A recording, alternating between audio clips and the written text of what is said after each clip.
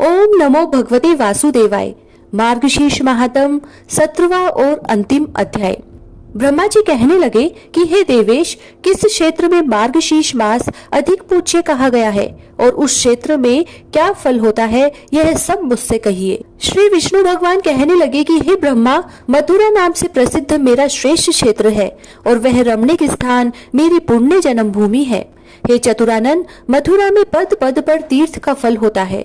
मनुष्य जिस जिस स्थान में स्नान करता है उस स्थान से घोर पापों से मुक्त हो जाता है। हे पुत्र, जो मनुष्य सब धर्मों से गिर गए हैं, दुष्ट प्रकृति के हैं, उनके पापों को नाश करने वाली और नरक पीड़ा को हटाने वाली मथुरापुरी है। कृतघ्न सुरापान करने वाला, चोर व्रत को तोड़ देने वाला वह मनुष्य भी मथुरापुरी में जाकर घोर पापों से मुक्त हो जाता है। जैसे सूर्योदय के होने पर अंधकार, व्रज के भय से पर्वत, गरुड़ को देखकर सूर्य और वायु के वेग से मेघ नष्ट हो, तत्व ज्ञान से दुख, सिंह को देखकर हाथी नष्ट हो जाते हैं, वैसे ही मथुरा के दर्शन मात्र से सब पाप नष्ट हो जाते हैं। ब्रह्म हत्या से भी युक्त मनुष्य भक्ति से युक्त होकर मथुरा के देखने से ही शुद्ध हो जाता है। फिर दूसरे पापों के संबंध में तो कहना ही क्या है, अर्थात दूसरे पापी तो अवश्य मुक्त हो ही जाएंगे। स्नान के लिए मथुरा जाने वाले मनुष्य के लिए पद पद पर पाप निराश होकर उसके शरीर से चले जाते हैं।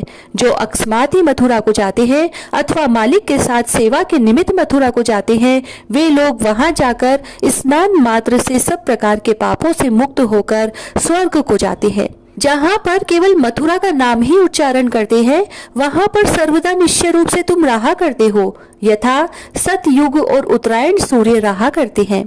हे चतुरानन, जो दूसरों के मान से मंदिर का नाम ही लेने पर मेरे मथुरा मंदिर का नाम सुन लेता है, वह भी उसी समय सब पापों से मुक्त हो जाता है। हे पुत्र, जो मनुष्य 3 रात्रि तक उस मथुरा में निवास करते हैं, उनको देखने से, स्पर्श करने से तथा चरण धूलि से मनुष्य पवित्र हो जाते हैं।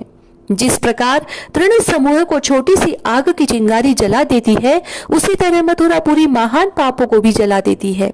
जो सर्व मंडल के समस्त तीर्थों के स्नान से फल मिलता है, वही पुण्य मथुरापुरी के स्मरण मात्र करने वाले मनुष्य को मिलता है। जो चारों वेदों के पढ़ने से पुण्य मिलता है, वह पुण्य मथुरापुरी के स्मरण करने वाले मनुष्य को होता है। अन्य दूसरे स्थान का किया हुआ पाप तीर्थ में जाने से नष्ट हो जाता है और तीर्थों में किया गया पाप व्रज लेप हो जाता है, परंतु मथुरा में ही नष्ट होता है और उस मथुरा में रहने से मनुष्य धर्म, अर्थ, काम और मोक्ष चारों पदार्थ प्राप्त कर लेता है। हे चतुरानन, जो दूसरे स्थान में प्रारब्ध पाप फल 10 वर्ष तक भोगने में आता है, वह मथुरा में 10 दिन में ही भोगा जा सकता है। मथुरा के समान स्वर्ग, पाताल, अंतरिक्ष और मनुष्य लोक में प्रिय स्थान और कोई नहीं है। केवल मथुरा ही सर्वदा मेरा प्रिय स्थान कहा गया है। समस्त तीर्थों में मथुरा सबसे अधिक श्रेष्ठ स्थान है। मैंने यहाँ पर गोप बालकों के साथ बाल क्रीड़ा की है। जो फल 33,000 वर्ष भारत में वास करने से मिलता है, वह फल मथुरापुरी के स्मरण मात्र से ही हो जाता है।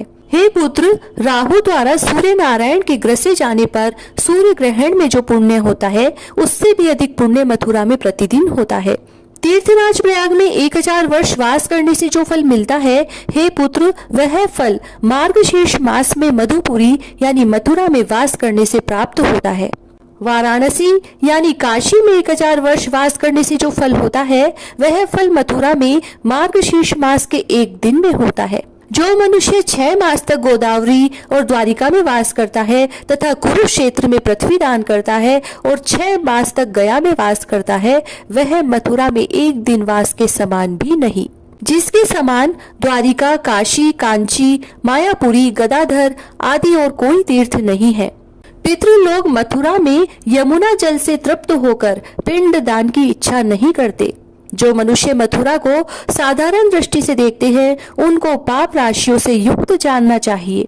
जिसने मथुरा को नहीं देखा किंतु देखने की इच्छा मात्र रहती है, उसके और कहीं मरने पर भी मथुरा में ही जन्म होता है। हे चतुरानन, पृथ्वी के धूलि कण समय पाकर गिने जा सकते हैं, परंतु मथुरा के जितने तीर्थ हैं, उनकी गणना नहीं हो सकती। भो ब्रह्मदेव मथुरापुरी में वास करो। मैं उस मथुरापुरी में गोप कन्याओं के साथ निरंतर वास करता हूँ। रे संसार में मग्न मनुष्यों और अन्य मेरे शिष्य वर्ग सुनो, यदि अत्यंत सुख की इच्छा है तो मेरी मथुरापुरी में वास करो। अहो, आश्चर्य की बात है कि संसार के प्राणी नेत्र युक्त होकर भी अंधे हो रहे हैं और कुछ देखते नहीं हैं। मथुरापुरी के रहने पर भी सदा संसार में इस जन्म परंपरा को भोगते रहते हैं। जिसने भाग्य योग से अतुल मनुष्य योनि पाकर मथुरा को नहीं देखा, उसकी सारी आयु व्यर्थ ही गई। इस बुद्धि की दुर्बलता के प्रति महान आश्चर्य होता है और ऐसे भाग्य की हीनता पर आश्चर्य है तथा इस प्रकार के मोह महिमा पर आश्चर्य है जिनके कारण मथुरा का सेवन नहीं किया गया। जो मथुरा को त्याग करके अन्यत्र वास की इच्छा करता है, वह मूढ़ मेरी माया से मोहित होकर संसार में भ्रमण करता है। जो मनुष्य मथुरापुरी में जाकर उसको त्याग कर अन्यत्र जाने की इच्छा करता है, उस दुर्बुद्धि को कोई ज्ञान नहीं है, वह अज्ञान से घिरा हुआ है। जो माता पिता और अपने भाई बंधुओं से त्याग कर दिए गए हैं तथा जिनका कहीं ठिकाना नहीं है, उनके लिए मेरी मथुरापुरी ही गति को देने वाली है। जो पाप समूह से घिरे हुए हैं और दरिद्रता के कारण गिर गए हैं तथा जिनकी कहीं भी गति नहीं है, उनके लिए मथुरापुरी ही गति देने वाली है। सार से भी अत्यंत सार और गुप्त से भी परम गुप्त गति स्थान को ढूंढने वाले मनुष्यों के लिए मथुरापुरी श्रेष्ठ पुण्यों से, श्रेष्ठ दानों से, तप से, स्तुति करने तथा नाना प्रकार के उपायों से नहीं मिलती, किंतु मेरी कृपा मात्र से मिलती है। जिन मनुष्यों की मुझ में स्थिर भक्ति है, उन पर मेरी अत्यंत कृपा रहती है और उन धन्य मनुष्यों की मथुरा में गति होती है। जो गति योगी, ब्रह्मवेत्ता और बुद्धिमान की होती है, वही गति मथुरा में प्राण त्यागने वाले मनुष्य की होती है।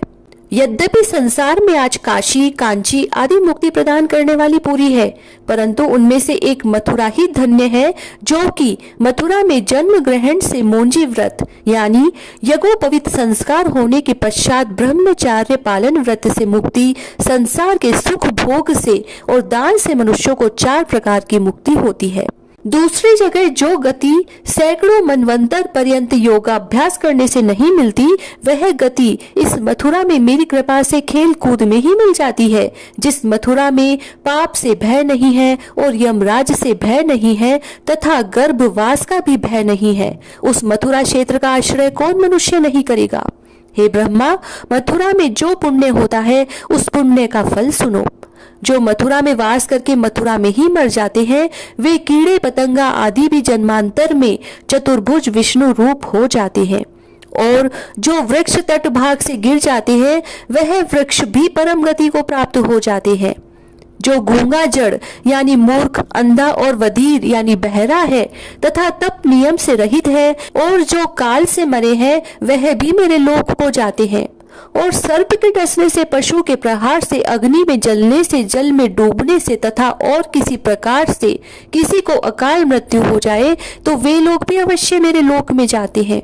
हे मुनि श्रेष्ठ, मैं शपथ पूर्वक कहता हूँ और यह बात सत्य है, मथुरा के समान दूसरा स्थान कहीं पर भी ऐसा समस्त अभीप्सित फल देने वाला नहीं है।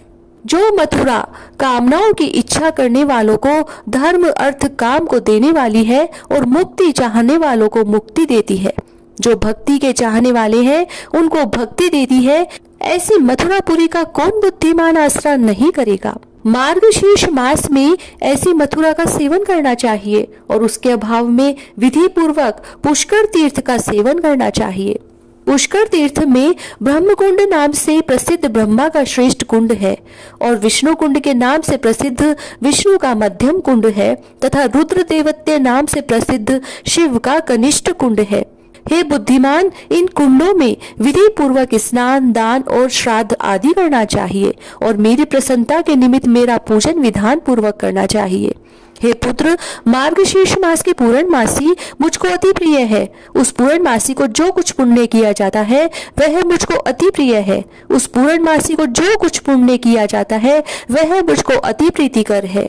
हे पुत्र, पूर्णमासी के दिन जो पुण्य किया जाता है, गोदान, अन्न दान, स्वर्ण दान, पृथ्वी का दान और गृह दान, जो कुछ भी किया जाता है उसका पूर्ण फल प्राप्त होता है और अक्षय होता है। अपनी सामर्थ्य के अनुसार ब्राह्मणों को भोजन कराना चाहिए और व्रत की पूर्ति के लिए पूर्णिमा में ही उत्सव मनाना चाहिए। हे पुत्र, मार्गशीर्ष मास में मुझको जैसी मथुरा प्रिय है, वैसा तीर्थराज प्रयाग आदि भी प्रिय नहीं है, तथा अभाव में पुष्कर भी वैसा प्रिय है।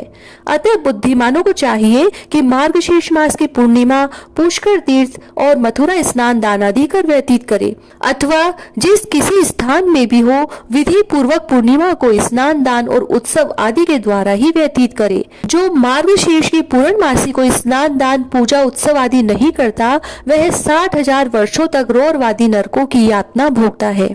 इसीलिए विद्वान लोग सब प्रकार से पूर्णिमा का मान करें। यदि पूर्णमासी मार्गशीर्ष मास की हो तो अत्यंत और अनंत फल देने वाली होती है। हे वत्स, जिस प्रकार मैंने मार्गशीर्ष को अपना प्रिय व्रत माना है, उस मार्गशीर्ष मास में जो भक्ति से स्नान दान व्रत और उत्सव आदि करता है, उसका जो पुण्य फल होता है वह भी सुनो। 10,000 तीर्थों में स्नान दान आदि करने से जो पुण्य होता है और कोटियों व्रत करने से जो पुण्य होता है तथा समस्त यज्ञों के करने से जो पुण्य होता है, वही पुण्य इस मार्गशीर्ष मास में होता है। पुत्रहीन मनुष्य पुत्र को पाता है, निर्धन को धन प्राप्त होता है, विद्यार्थी विद्या को और रूप की इच्छा करने वाला रूप को पाता है। ब्राह्मण ब्रह्म रोज वाला होता है, क्षत्रिय विजय प्राप्त करता है, वैश्य को धन का लाभ होता है और शूद्र पातक से मुक्त हो जाता है।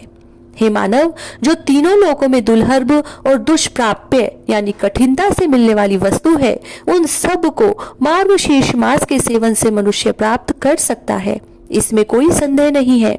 हे सूत, यद्यपि जो इन कामनाओं में आसक्त मनुष्य हैं, वे अंत में तृप्त हो जाते हैं और उन्हें पुनः कामनाओं की इच्छा नहीं होती। हे पुत्र, मुझे वश में करने वाली सुंदर श्रेष्ठ भक्ति अत्यंत दुर्लभ होती है। वह भक्ति मार्गशीर्ष मास के सेवन करने से मिल जाती है। हे चतुर्भुज, मार्गशीर्ष मास मुझको अत्यंत प्रीतिकर है और सर्वदा मेरा प्रिय है। इसीलिए इस मास के सेवन से मेरी कृपा से वह समस्त वस्तु को पाता है।